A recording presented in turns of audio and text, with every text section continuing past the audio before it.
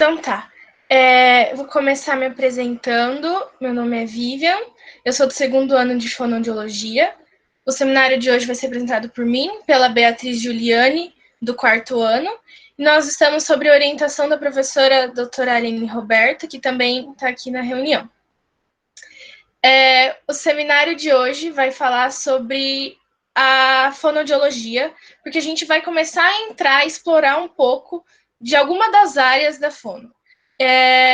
Também, em nome do PET Fonoaudiologia, eu gostaria de agradecer a todos os presentes. Nós temos 95 participantes e gostaríamos de agradecer. Ficamos muito felizes com a participação e adesão de todos vocês. Então, para começar, a gente vai começar com um quiz, já para ter a participação de vocês e a interação entre todo mundo. Então, eu quero que vocês respondam aí no chat. Uma primeira dúvida que geralmente aparece quando a gente vai falar de linguagem escrita e atuação fonoaudiológica é sobre quem alfabetiza. Então, eu queria saber, quem alfabetiza as crianças? É o fonoaudiólogo ou é o pedagogo? Vão respondendo aí no chat. Algumas pessoas já estão acertando.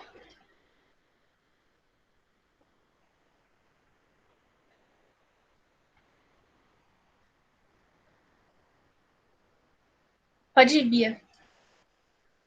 Então, quem falou que é o pedagogo, acertou. Segundo o Conselho Federal de Fonoaudiologia, a fonoaudióloga escolar tem como atuação a área de promoção de saúde e prevenção de doenças, sempre com ações que vão visar condições adequadas para a aprendizagem, tanto para o trabalho do professor, né, condições adequadas no uso da voz do professor, quanto condições adequadas para a aprendizagem dos alunos.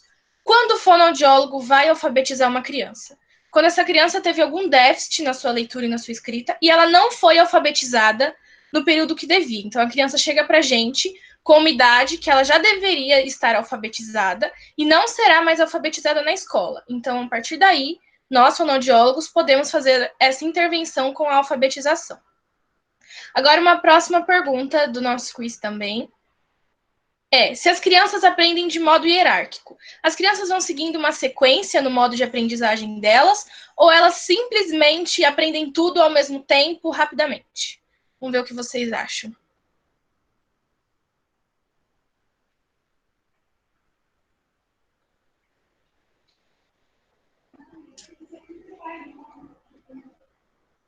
Pode ir, Bia.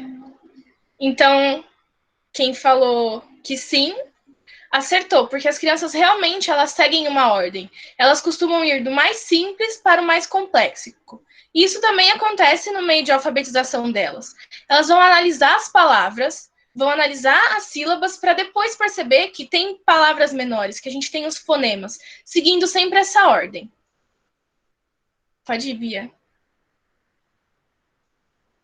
Bem, e a repetição auxilia no aprendizado? A gente fica lá, repetindo a mesma coisa com a criança. Isso vai auxiliar no aprendizado dela ou não? O que vocês acham? O pessoal está bem participativo, que bom.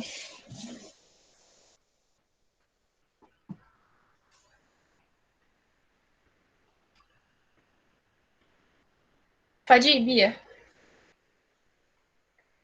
Então, como a maioria das respostas, sim, a repetição realmente vai auxiliar no aprendizado. Mas não é aquela repetição de, por exemplo, todo dia você pega a criança e faz a mesma atividade sempre. Não, isso vai se tornar maçante e não vai ser bom para a criança, porque ela não vai estar se sentindo estimulada a aprender. E a gente precisa que a criança esteja interessada. Então, a repetição é ótima, ela é boa, mas você tem que sempre estimular, repetir a mesma coisa que você quer que ela aprenda, só que com métodos diferentes. Porque a repetição, ela vai reforçar o caminho das sinapses. Então, quando a gente aprende alguma coisa, isso faz um mecanismo de sinapse ali. E conforme você reforça isso, você reforça esse caminho. E essa memória, essa aprendizagem se torna muito mais rápido e fácil. Isso é algo importante também, porque mais para frente a gente vai falar sobre memória. E quando a gente escuta uma coisa pela primeira vez, isso é armazenado como uma memória curta. Esse caminho ali foi criado, mas ele pode facilmente ser perdido. E a maneira como a gente repete isso deixa esse caminho mais rígido. E essa memória se fixa e se torna uma memória de longo prazo. Então, pode ir, Bia. Então, para realmente começar de fato, o que é então essa linguagem escrita que eu tanto estou falando, que já até falei de alfabetização, aprendizagem das crianças? A linguagem escrita é a utilização de símbolos, de letras, ou como a gente chama, grafemas, para representar os sons da fala. Então, é indispensável para a criança que ela entenda que determinado som tem uma representação gráfica. Então, por exemplo, o F, que tem o som F, é representado pela letra F. O O é representado pela letra O. É importante que a criança entenda isso para ela desenvolver corretamente a leitura e a escrita dela. Pode ir, Bia. Então, quais são as habilidades mais relacionadas com a leitura e com a escrita? Nós temos três: a memória de trabalho, no caso, memória de trabalho fonológica, o acesso ao léxico e a consciência fonológica. Essas três habilidades vão compor o que a gente chama de processamento fonológico. Mas então, o que é exatamente cada uma das habilidades e qual é a importância do processamento fonológico? Bia? Então vamos lá. A memória de trabalho seria aquilo da gente acessar aquela informação que a gente acabou de armazenar. Então, por exemplo, eu falo aqui para vocês: decorem para mim o número 9665 e eu peço em seguida para vocês repetirem. Então, espera-se que vocês repitam 9665. Assim, vocês acabaram de usar a memória de trabalho de vocês. E a mesma coisa acontece com a memória fonológica. Quando a professora vem com uma informação para o aluno, ele vai armazenar isso na memória de trabalho. E daí nós temos o acesso ao léxico, que seria acessar fácil e rapidamente essas informações que ele acabou de armazenar.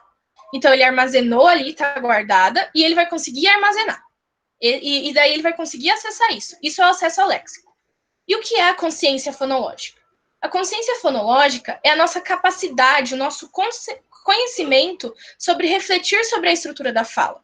Saber que a gente tem pequenos sons, pequenos fonemas, e a gente pode manipular eles, brincar. Então, até no outro slide tinha essa brincadeira.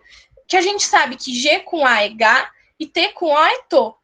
Então, se você junta esse G com A, que é Gá, e esse T com O com Tô, vai formar a palavra gato. Isso, essa brincadeira, essa manipulação, essa construção de palavras que a gente faz é graças à consciência fonológica. Então, a gente conclui que o processamento fonológico ele vai possibilitar a aprendizagem, a aquisição do vocabulário e o desenvolvimento da leitura e escrita. Mas e aí? Se, por exemplo, a criança tem um problema ali na memória de trabalho.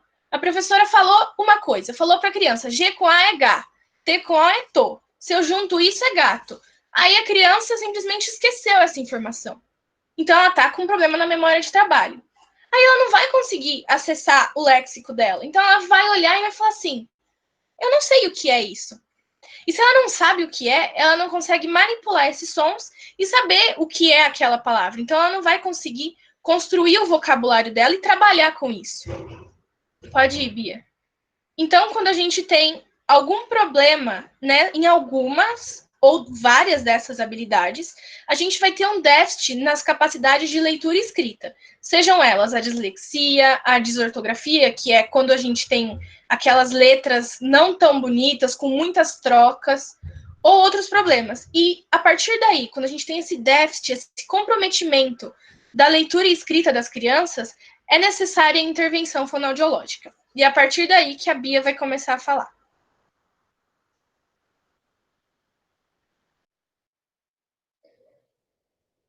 Então, né, essa criança chegou para a gente no nosso consultório ou na nossa clínica, escola, como nós atendemos na faculdade, e o que a gente vai fazer com ela, né? Muitas vezes nós nos deparamos com esse questionamento, os alunos ficam até assustados porque não sabem o que fazer, mas aqui a gente vai dar um panorama, assim. Então, o que fazer com essa criança nesse processo de intervenção? Que essa muitas vezes é uma dúvida que surge. Então, alguns artigos trazem que não tem uma ordem assim rígida de procedimentos que nós devemos fazer, mas existem essas fases e que nós podemos usar assim de uma sequência que vai facilitar o nosso raciocínio e isso ajuda então a gente conseguir um panorama geral de qual o problema, como essa criança está. Então, assim, nós temos da anamnese até a intervenção algum caminho para ser seguido. Então, inicialmente, né, a anamnese. Primeiro eu vou começar definindo assim o que é essa palavra anamnese, porque eu sei que aqui tem algumas pessoas que não são da área da saúde e talvez possam ficar com essa dúvida, né, do que seria uma anamnese. Ela simplesmente é aquela entrevista inicial que a gente faz, né? Então, sempre quando você vai no médico, ele começa a perguntar o que você está sentindo, se você teve algum outro problema, enfim, ele vai te conhecendo. E nós também, fonoaudiólogos, também fazemos essa anamnese. E é ali que nós vamos começar já a criar um vínculo com a família, com o paciente, e também já conseguimos identificar algumas possíveis alterações, né, que essa criança possa ter. E nós, nessa área de linguagem escrita, nós começamos um processo terapêutico, né, que eu vou falar mais para frente. Então, é muito importante, desde o início, nós estabelecermos um rapport, que a gente chama, que é um vínculo com a criança, mostrar que você está aberta para conversar com ela e tirar aquela vergonha, aquele medo inicial. E também devemos ficar muito atentos na anamnese, qual é a queixa dessa família. Então, por que ela procurou a fono, né? Muitas vezes essa família foi encaminhada pela escola, porque lá na escola essa criança apresenta muitas dificuldades e os pais nem sabem. Então, eles acabam levando essa criança para fono e só que não entendem o porquê, só por medo da escola acabar repreendendo, algo do tipo. Mas eles não entendem o real importância de estar ali. E aí nós já começamos com um ponto importante também, que é envolver essa família no processo terapêutico, porque nós vamos falar mais para frente que tem muitos benefícios esse envolvimento. Então, agora, depois de nós realizamos essa entrevista inicial, conhecemos o paciente, as suas queixas, toda a sua história até chegar ali, nós chegamos então na parte de avaliação, né?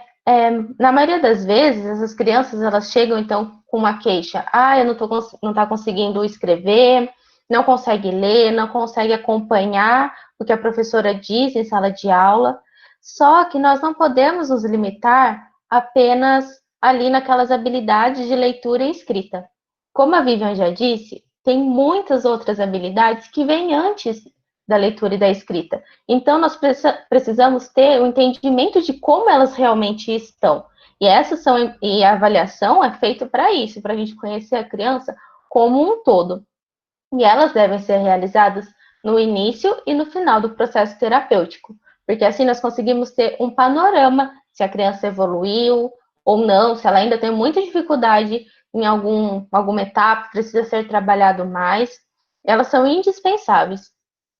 E alguns questionamentos que alguns artigos trazem sobre esse processo de avaliação que o fonoaudiólogo tem que fazer. Então, como que a criança reage frente a uma situação real de comunicação? Ela consegue se comunicar? Ela consegue falar? Porque às vezes esse problema da leitura e da escrita, essa defasagem, vai além, né? Não é só ali. Ela tem uma dificuldade de se comunicar. E essa linguagem dela está sendo funcional? Então, o que é ser uma linguagem funcional? Ela não fala palavras soltas, mas ela consegue formular frases, consegue argumentar, consegue fazer com que o outro entenda o que ela quer. Isso é ter uma linguagem funcional. E quais habilidades básicas essa criança já possui? Nós vamos aplicar, então, uma bateria de avaliações. Aqui a gente não especificou nenhuma, mas é só para vocês mesmos terem esse entendimento, o quão importante ela é, porque ali nós vamos conseguir entender quais habilidades ainda estão faltando e por que que essa criança muitas vezes apresenta essa defasagem na leitura e na escrita. Ainda nesse processo de avaliação, nós devemos levar em consideração como essa criança está, porque muitas vezes ela chega já com uma autoimagem muito negativa, porque na escola ela já foi humilhada pelos amiguinhos, porque às vezes não conseguiu ler, não conseguiu fazer alguma atividade, às vezes ela foi exposta, né, ali fazer uma apresentação oral, teve que ler algum texto e por ter dificuldade já não conseguiu, então ela já evita fazer essas atividades. Já, se você pede para ela ler, ela já não quer ler. Se você pede para escrever alguma coisa, ela nega, ela fica tímida. Então, nós devemos levar em consideração essa fragilidade da criança e escolher as avaliações iniciais para avaliar habilidades que talvez não envolvam, né, aquelas que ela tem mais dificuldade. E com o decorrer desse processo, nós vamos criando confiança e daí sim aplicar tudo. Claro, não vamos deixar de aplicar só porque a criança, né, tem uma dificuldade. É justamente isso que nós queremos avaliar. Mas ter esse olhar cuidadoso, né, com ela. E também é importante que a gente esclareça o nosso papel. Fala para ela que eu não sou uma professora, eu não vou dar nota se ela errar, que ela pode ficar tranquila, que ali é um bate-papo, eu vou querer ajudar ela naquelas dificuldades, então isso já cria aquele vínculo maior com a criança. E muitas vezes, esse processo de avaliação, no final, a gente vai juntar todos os resultados e não vamos conseguir chegar num diagnóstico fonoaudiológico. E a literatura traz que nós podemos usar, então, a terapia diagnóstica. Porque algumas alterações de linguagem, quando a gente começa a intervenção com a criança, essa criança evolui rapidinho, tudo aquilo que estava atrasado, ela começa a conseguir ter uma evolução boa apenas com estimulação. Já em outros casos, essa evolução não é tão rápida. Então, pela terapia diagnóstica, nós conseguimos, então, ver esse diagnóstico diferencial e fechar uma hipótese diagnóstica melhor. Então, é muito importante ressaltar que que em nenhum momento nós podemos fechar esse diagnóstico apenas com a avaliação fonoaudiológica. Existe uma equipe, é necessário ter uma equipe básica, então, assim, para diagnóstico na área da linguagem, nesse que eu estou falando agora, né? Claro que em outras áreas também, sempre a interdisciplinaridade é super importante. Mas aqui, nesse caso, nós precisamos ter, basicamente, a avaliação da fono, do psicólogo, porque muitas vezes, né, tem esse emocional envolvido, um neurologista, porque em muitos casos não é só um atraso por falta de estimulação, tem um comprometimento neurológico, e um pedagogo. Essa é uma equipe básica para dar um bom diagnóstico na área da linguagem. Então, nós chegamos na parte de intervenção, né? Nós avaliamos tudo e ali na nossa avaliação, nós conseguimos achar aqueles pontos que a criança realmente está defasada. E agora nós podemos fazer um link com aquela queixa que os pais trouxeram lá no início, na amnese. Nós podemos olhar, olha, aqui os pais trouxeram que a criança tem uma dificuldade na leitura e na escrita. Essa é a maior dificuldade que ela tem. E daí, com todas essas avaliações, nós podemos chegar assim, olha, ela tem aqui um problema realmente na leitura e na escrita, mas também tem essas outras habilidades que estão defasadas, a consciência fonológica, a memória de trabalho, talvez todas essas habilidades que a Vivian comentou anteriormente. Então, nós podemos agora chegar para os pais e mostrar, ó, nós apresentamos isso, vocês apresentaram isso para mim, e agora eu mostro os resultados e onde nós vamos começar a nossa intervenção. Né? Então, os objetivos terapêuticos devem englobar toda a estimulação das habilidades que estão defasadas. Mas, como a Vivian já disse, nós temos que ter uma intervenção sistemática, ou seja, vamos sempre trabalhar aquela habilidade que a criança está apresentando dificuldade, até ela conseguir evoluir. Porém, não sempre, eu vou trabalhar acesso ao léxico, né, que eu conseguir a criança acessar alguma palavra com stop, por exemplo. Então, eu vou fazer a brincadeira do stop e a gente tem um tempo, ela tem que acessar as palavras que começam com a letra A. Só que se eu ficar fazendo isso com a criança, toda terapia, ela vai cansar. Então, o nosso processo terapêutico, ele tem que ser sistemático, porém, as estratégias, como nós vamos abordar essa criança, tem que ser criativa, tem que mudar. Então, assim, não é o brincar por brincar. Isso é muito importante deixar claro, porque muitas vezes as pessoas falam assim, eu não vou levar no fonoaudiólogo, lá eles vão ficar, meu filho vai ficar brincando só. Mas, na verdade, essa brincadeira, ela tem um fundamento, né? Ela tem um foco, uma habilidade a ser trabalhada. E nós não podemos perder esse foco nunca. E é de extrema importância envolver essa família nesse processo terapêutico, porque não adianta nada, nós vamos ali, a criança chega para a gente na nossa sessão de terapia, nós ficamos 45 minutos, 1 hora com ela, estimulando, estimulando, estimulando, e daí chega em casa, a família não faz nada, às vezes nós damos alguma atividade para ser realizada, a família não acompanha. Então, qual é o estímulo, né? Qual é a motivação dessa criança para continuar nesse processo terapêutico? Então, é muito importante envolver essa família, orientar, e não apenas aquela orientação de final de sessão, né? Ai, pai, ó, ele fez isso, isso, isso na sessão de hoje. Não, é uma orientação mesmo, chamar para a sala, conversar, mostrar material, que a família vai se sentir importante também nesse processo, e com certeza, e artigos já mostram que vai ter uma evolução muito boa, o prognóstico dessa criança, né, vai ser muito bom, muito benéfico. E daí, então, essa criança vai se sentir também importante, porque ela vai ver, olha, minha família está envolvida comigo, eu não estou sozinha nisso, e essa autoimagem dela pode até melhorar. Então, agora, nós trouxemos um exemplo, né, de que fazer na nossa terapia. Nós fizemos a nossa avaliação completa e vimos que a nossa criança tem uma alteração na consciência fonológica. E agora todos vocês vão ser os meus pacientes e eu vou fazer uma brincadeira. E eu quero que não precisa abrir o microfone, pode só respondendo pelo chat mesmo. E é muito importante ressaltar que esse processo de intervenção, ele é gradual. Então, eu não vou começar já com um nível de dificuldade muito grande. Não, a criança tem uma dificuldade na consciência fonológica, então eu vou aos poucos, né? Eu vou trabalhar com ela. Às vezes ela não sabe nem o que é uma sílaba.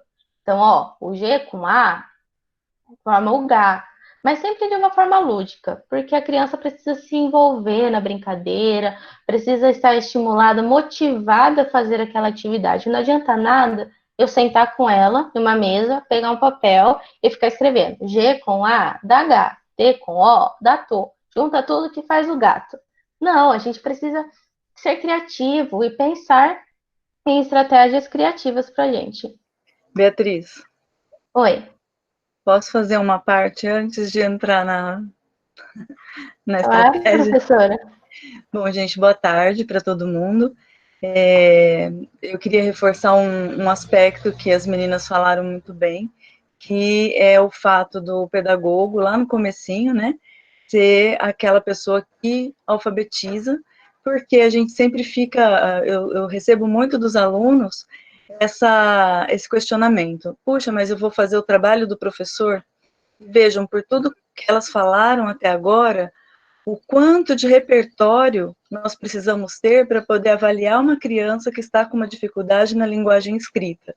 Nós precisamos de um repertório, avaliação de sintaxe, de semântica, de pragmática, de fonologia, de vocabulário, que são aquelas habilidades que a Beatriz apresentou que a gente vai avaliar, né? Que a gente não vai aqui descrever cada uma por uma questão tempo, e a gente leva um semestre para discutir isso, mas a gente, então, precisa ter esse cabedal todo, precisa saber avaliar tudo isso, e também as habilidades do processamento fonológico, que são essas habilidades que estão dentro desse processamento maior, que é o processamento auditivo, né? E essas habilidades são essas 3 que as meninas falaram, e que são tão importantes para que a criança consiga fazer a relação grafema-fonema, letra-som, né, que a gente vai lá no final chamar aí de alfabetização.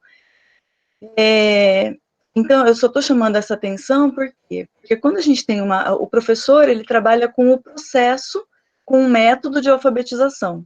E quando chega ao final desse método, a gente tem um produto, uma criança que lê e que escreve. E a gente espera que ela leia com compreensão, ela escreva com coerência, com coesão, com uma sequência lógica, a gente espera esse produto.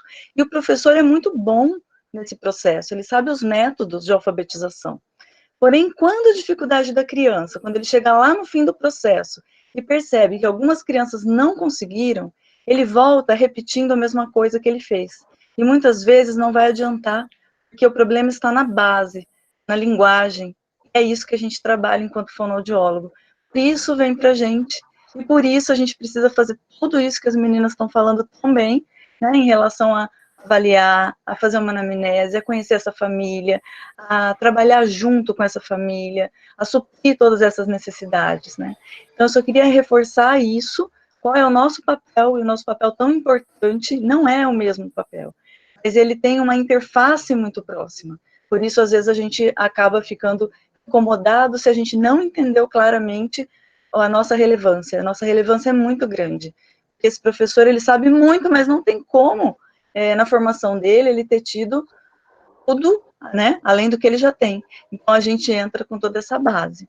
E aí, então, a gente vai agora entrar nas atividades como se a gente estivesse estimulando uma das habilidades aí desse processamento fonológico, que é essa chegada do som nessa área de Wernicke, essa chegada do som, né, nessa área cerebral. Então, a audição periférica está intacta, o nervo auditivo enviou mensagem para a área cerebral, a área de Wernicke, e a gente precisa processar o som da fala, processamento fonológico. E aí a gente tem as 3 habilidades, e a Vivian e a Beatriz escolheram uma, a gente brincar um pouco com elas, com essa habilidade. Ela começou falando aí de quando a gente tem, olha, pensem que a consciência fonológica é som, a gente ainda não está falando de escrita. Então, quando a gente soma um G, A, T, O, né, a gente tem um gato. E aí ela vai fazer, então, essa primeira atividade. Obrigada pela intervenção. Eu que agradeço, professora, pela sua colocação. E é muito importante, né, essa diferenciação, porque muitas pessoas chegam, eu vou ter que ensinar a criança uma oração subordinada. Não, gente, não é nada disso, né? Isso é função do pedagogo, do professor. Nós fazemos essa outra parte de estimular as habilidades necessárias. Então, agora vocês são todos os meus pacientes e eu vou estimular, vou começar uma brincadeira com vocês de consciência fonológica. A gente tentou trazer da forma assim mais lúdica de como nós faríamos presencialmente com a criança. Então, ó, nós de repente acordamos e fomos parar em um mundo totalmente diferente. E quando a gente foi conversar com as pessoas, a gente percebeu que todo mundo falava muito estranho. Tudo ao contrário, misturou todas as sílabas. E aí? A gente vai ter que agora tentar entender o que essas pessoas estão falando. Vamos lá? Ó, então, a primeira palavra, ó, chabru. O que será que ele está tentando falar para a gente, hein? Podem escrever no chat. O pessoal já está começando a responder, tá, Bia? Tá bom. Todo mundo acertando. Não sei se estão colando do outro, mas eu espero que a consciência fonológica esteja boa. Ai, que ótimo, hein? Então, ó, se todo mundo escreveu bruxa, é isso mesmo. Ó. Então, a gente pegou a sílaba final, o chá, e colocou lá no início, virou chabru. Isso é uma habilidade muito importante, né? Pra gente, às vezes, tá parecendo assim, ai, que fácil, né? Mas que bom que você acha fácil, quer dizer que a sua consciência fonológica está muito boa. Mas uma criança que às vezes tem uma dificuldade nessa área, é uma manipulação da palavra muito difícil. Vamos Ô, pro Bia, próximo. e eles estão com um apoio visual, viu? Porque a gente, claro, aqui, para ficar um pouco mais, né, visual, você colocou por escrito. Mas quando a gente está fazendo isso só no auditivo, e não somos fluentes, ó, não é tão simples assim. Vocês estão com um apoio, elas estão dando uma canja. Sim, na terapia nós só falamos, então, ó, tabará. A criança não vai ter o escrito, não vai ter nada. Então, podem ir respondendo. Já tem agora 3 sílabas, ó. O pessoal está respondendo certo. Ah, que ótimo. Então, ó, é assim, era barata. A gente fez toda uma confusão aí, colocou urá lá no final, tá no começo. Vamos para mais uma, então. Tom Bichopá. E aí, gente? O pessoal tá demorando para digitar. Essa ficou mais complicada? Estão respondendo. Tá todo mundo acertando? Eu não tô conseguindo ver o Estão chat, tá, gente? acertando. Ah, que ótimo. Então, ó, bicho-papão. Aqui eu não consegui achar nenhuma imagem de um bicho-papão, mas sim, só ficou escrito mesmo. E a nossa última palavra para vocês é jacoru. Já responderam, já estão Olha, acertando. que rápido. Consciência fonológica tá boa. Meus pacientes estão ótimos, então. Então é isso mesmo, gente. Coruja. E essa é uma atividade que a gente pode fazer com a criança no momento de terapia. Claro, eu não vou pegar o pão já, bichopá já, né? Que é uma palavra, são duas palavras juntas ali, que a criança vai ter super dificuldade no início, mas a gente pode pegar, então, o, o rua, então fica aru, né? A ru, para a criança perceber, então, que tem o rua, pegar palavras pequenas e ir trabalhando com ela. Nossa, assim, a gente tem uma diversidade de possibilidades, de estratégias, mas o que a gente não pode esquecer é que tem que ser sistemático. Se a minha criança ela tem uma dificuldade na consciência fonológica, é essa habilidade que eu tenho que trabalhar. Eu não posso começar, então, trabalho uma semana consciência fonológica, daí na outra já vou para a memória de trabalho. Enfim, ficar fazendo esse cambalacho. Claro, às vezes ela tem várias habilidades para serem trabalhadas, então a gente tem que fazer, elencar aquelas que são as básicas, sabe? As primeiras, porque às vezes eu vou querer trabalhar uma habilidade que já é mais avançada, e a criança não tem aquela básica ainda. Então nós temos que ter esse olhar, por isso que a avaliação é tão importante. Então, usem da criatividade, né? Fonoaudiólogo são criativos, usem de coisas coloridas, de brincadeiras. Tem crianças que não conseguem ficar muito tempo parado, então vamos tentar fazer uma atividade que às vezes levanta um pouquinho, tem que se mexer, mas nunca perdendo o foco principal, né? Agora nós queremos chamar a professora Aline, não sei se ela tem mais alguma colocação, né, para ser feita, quer reforçar algum ponto. Bom, gente, eu acho que a gente teve pro tempo que a gente tem, né, uma sequência bem interessante para a gente ter essa clareza aí do como é que acontece tudo isso, né? Então, essa criança chega, eu tenho essa anamnese, eu conheço essa família, a queixa, eu tenho passos dessa avaliação, que tem tudo a ver com o fazer fonoaudiológico em relação à linguagem, conhecer essa linguagem da criança, e aí intervir nos aspectos específicos de linguagem que a gente, então, entende como estando alterados, sempre em relação com a escola e com os pais fazendo esse tripé. É assim que a gente vai trabalhar.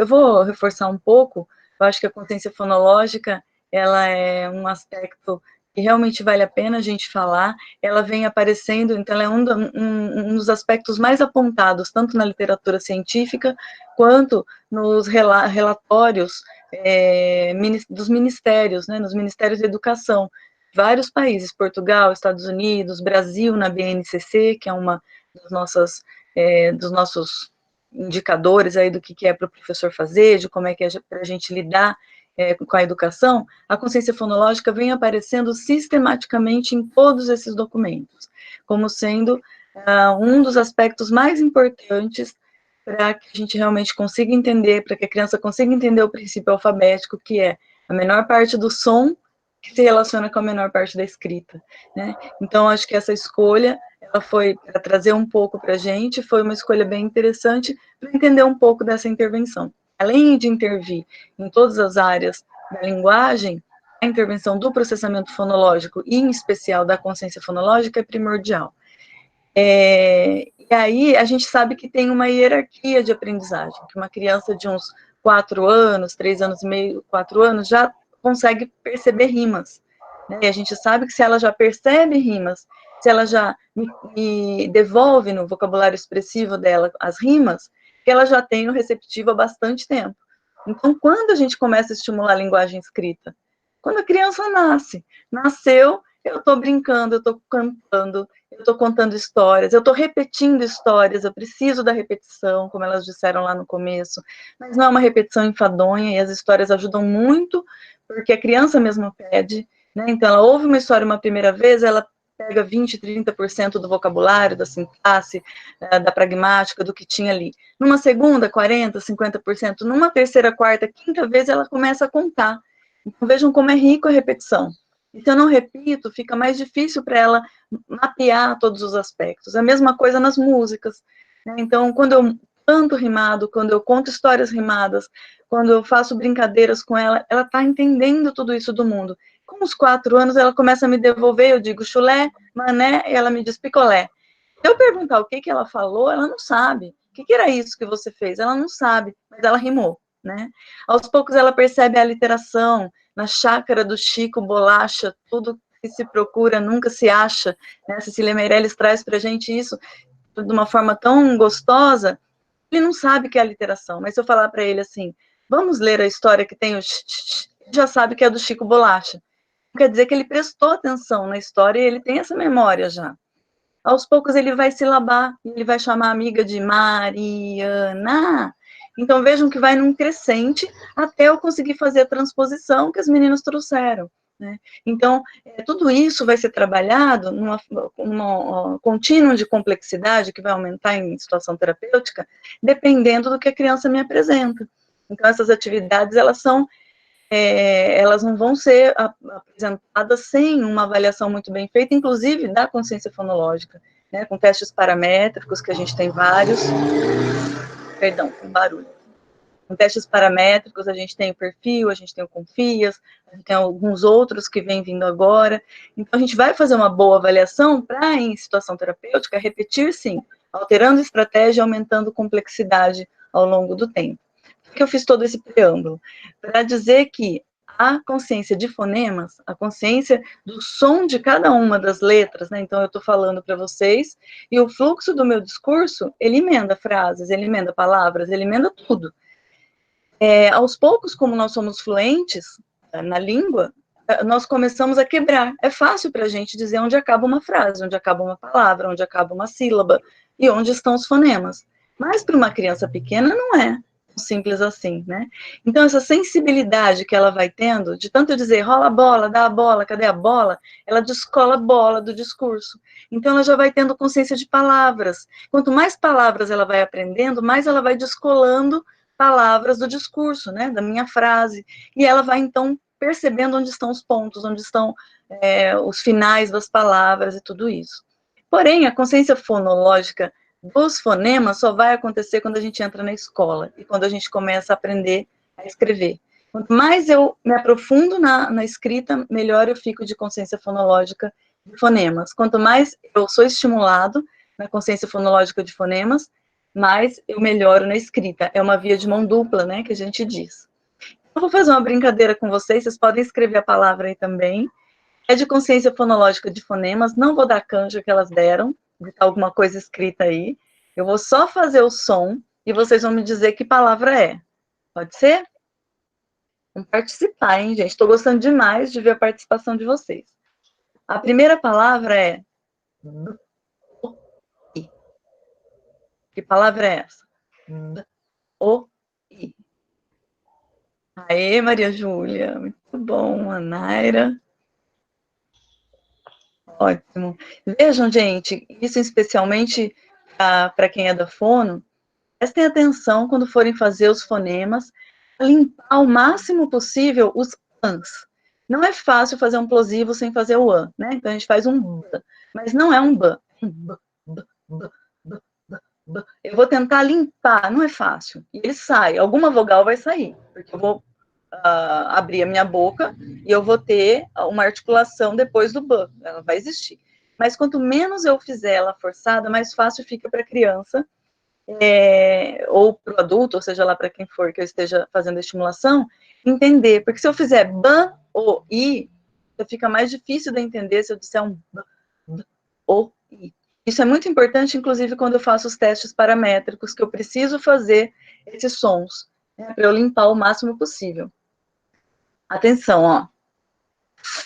A, A. Aê! A Maria Júlia está sempre lá no começo, ó. Agora não foi a primeira. Ótimo. Faca. Muito bom, gente. Mais uma, hein? Essa é simples. U, V, A. Ah, essa daí é instantânea. Eu gosto dessa palavra com criança pequena, porque a gente usa vogais e as fricativas são mais fáceis. Percebam que nas fricativas a gente consegue fazer sem colocar esse an facilmente, ó. É mais fácil de fazer sem colocar esse an junto. As explosivas dificultam um pouco. Outra. I, P, O, A. I, P, O, A. Bela. Tô vendo quem ganha. Nada competitivo, né? Ótimo, gente. Tainá, Giovana. Tá ótimo. Mais uma. Dificultando, hein? A, E, E. A, E, E. Difícil? Aê! Gabriela! Laís, tá aí! Muito bom, tapete, ó. A, E, E. A última.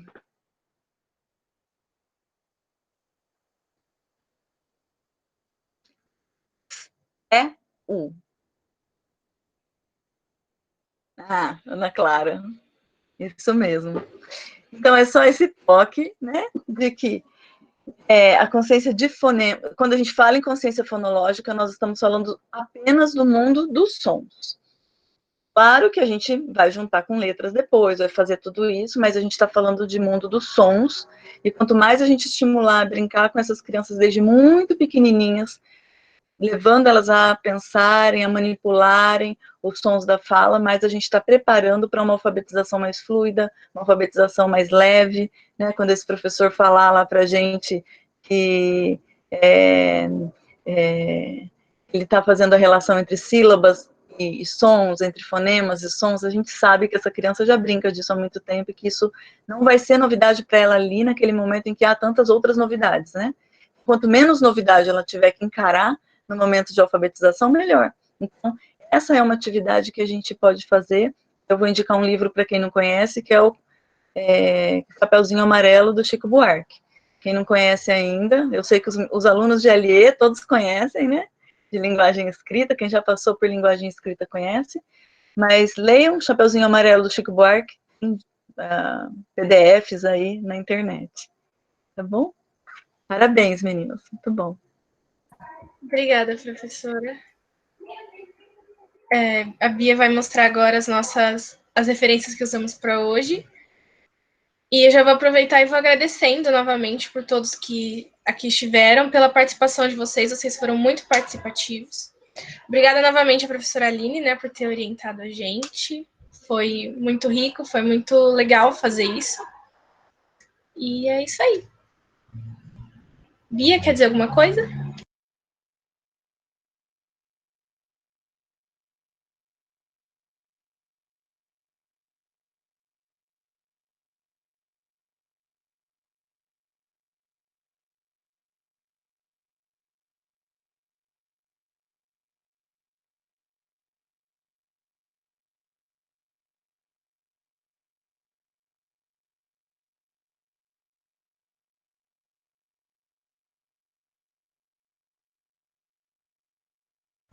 Que bom que vocês gostaram. Obrigada.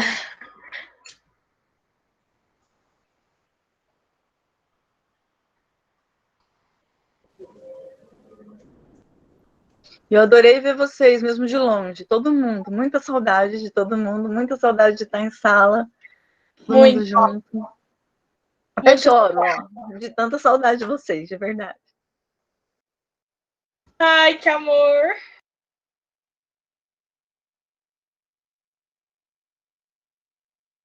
Ai, gente, a Bia não falou nada porque o microfone dela acabou de parar de funcionar.